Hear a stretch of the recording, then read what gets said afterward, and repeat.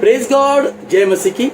आज का जो भक्तिपूर्ण संदेश है उसका शीर्षक है अनंत जीवन की जिंदगी। आज हम यूहन्ना का जो सुसमाचार है उसका 5वां अध्याय देखेंगे। इसको हम संक्षिप्त रूप से देखते हैं।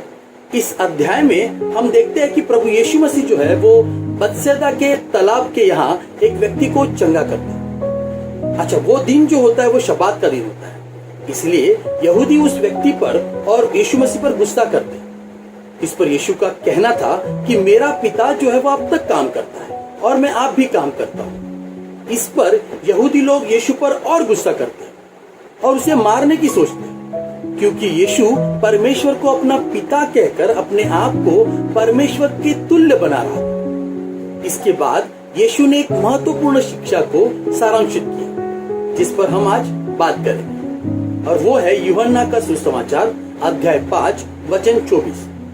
मैं पढ़ता हूँ। मैं तुमसे सच सच कहता हूँ, जो मेरा वचन सुनकर मेरे भेजने वाले पर विश्वास करता है, अनंत जीवन उसी का है और उस पर दंड की आज्ञा नहीं होती, परंतु वो मृत्यु से पार होकर जीवन में प्रवेश कर चुका है। इस सुसमाचार का ये बहुत ही खूबसूरत वचन है, जिसमें उद्धार की प्राप्ति का स्पष्ट रूप से विधान है। इसको हम क्या करेंगे, अलग अलग कर इस पर विचार करेंगे। पहले जब यहाँ पर लिखा है कि परमेश्वर पर विश्वास करना चाहिए, मगर क्या परमेश्वर पर विश्वास करने से उद्धार मिलता है?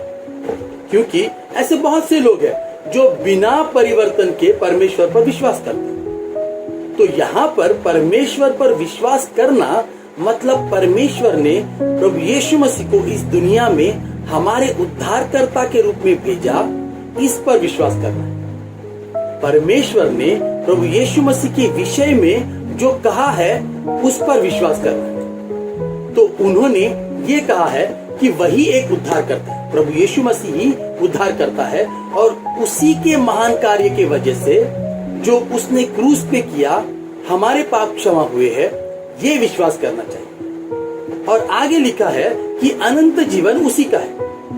यहाँ ये नहीं कहा है कि उसे अनंत जीवन मिला है, बल्कि अनंत जीवन प्रभु यीशु मसीह का है। ये उच्च श्रेणी का जीवन है। प्रभु यीशु ने ये जीवन हमें दिया है। जब एक मनुष्य का नया जन्म होता है, तब उसे ये आत्मिक स्वरूप में प्राप्त होता है। ये जीवन शारीरिक जीवन के बिल्कुल विपरीत होता है।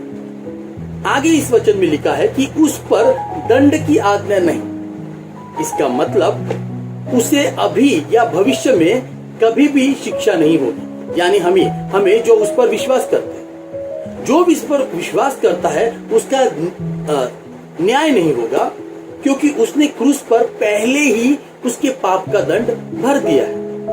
अब दोबारा उसका न्याय नहीं होगा। आमीन।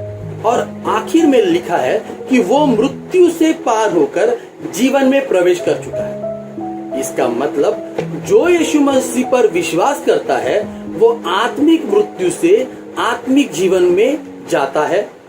परिवर्तन होने से पहले हम अपराधों में और पापों में मरे हुए थे।